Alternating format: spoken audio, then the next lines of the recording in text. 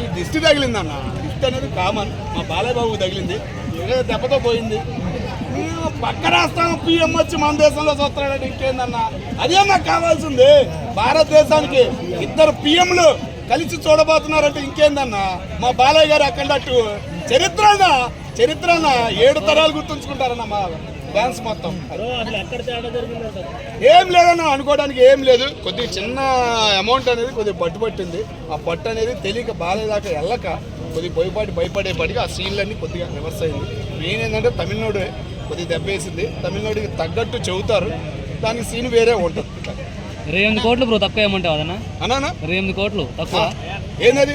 నేను ఇక ఆ అమౌంట్లో అని మనం మాట్లాడే పరిస్థితి కాదు ఇక్కడ, అర్థమైందా? 1000 కోట్లు దాటే సినిమాకి 6 కోట్లు 7 కోట్లు లెక్క పెడితే చండాలంగా ఉండిద్ది. మొత్తానికి దిష్టి పోయింది అంటున్నారు కదా, మరి మళ్ళీ కంబ్యాక్ ఏ రేంజ్ లో ఉండబోతుంది? రేంజ్ లో ఉండబోతుంది. నాకు చాలా హ్యాపీగా ఉంది. ఇవాళ నైట్ షో పడే అవకాశం ఉందని అంటున్నారు హైదరాబాద్ లో కూడా. అది ఫుల్ హ్యాపీ. 9ంటికి ఏదైనా విషయం తెలిసిద్దని అన్నారు. పడితే కనుక నైట్ షో ఫుల్ హ్యాపీ.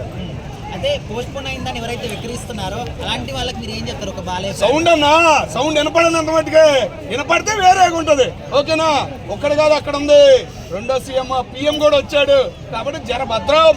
ఎవడైనా కానీ, పాకిస్తాన్ వాడైనా సరే, చైనా వాడైనా సరే, ఇక్కడ ఉన్న సైకో అయినా సరే, భద్రం నోరు. ఏందే మొఖం